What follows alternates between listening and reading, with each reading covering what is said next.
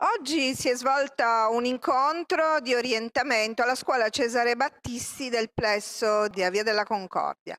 È stato un incontro molto interessante, ha aperto grandi orizzonti ai nostri ragazzi che in questi giorni debbono scegliere come proseguire gli studi. Si tratta dei ragazzi di terza media, dei plessi dipendenti dalla scuola Battisti, che sono ben 4.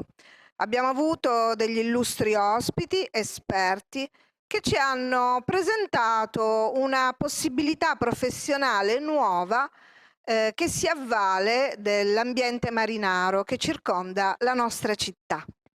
E abbiamo parlato di sogni soprattutto. E fare formazione significa dare gambe ai sogni di ciascuno.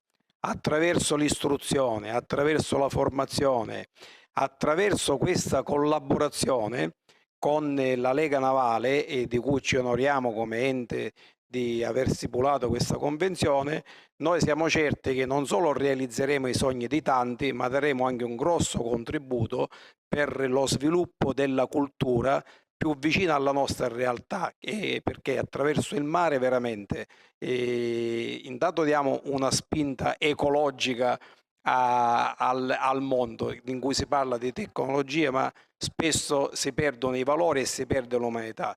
Il mare è i tre quarti del nostro pianeta, come diceva l'ammiraglio, ma lo conosciamo poco ed è una grande sfida quella che noi oggi intraprendiamo. Sì, Lega Navale Italiana da 127 anni svolge attività di cultura nel territorio nazionale. Cultura, formazione e quindi ovviamente non potevamo essere assenti a questa opportunità, a questa sfida per dare la possibilità di fare formazione professionale. Una formazione professionale in un mondo che è quello della nautica, che è ricco di opportunità, è ricco di possibilità, è ricco di poter conferire e dare capacità tecnico professionale ai giovani che stanno crescendo e hanno voglia di intraprendere un nuovo mestiere.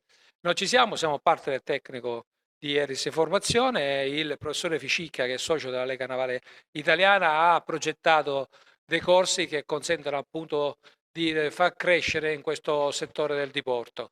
Stiamo cercando con questo corso di formare giovani esperti come nella manutenzione delle imbarcazioni da diporto, un settore molto specifico, particolare, in ampia espansione sull'intero territorio nazionale.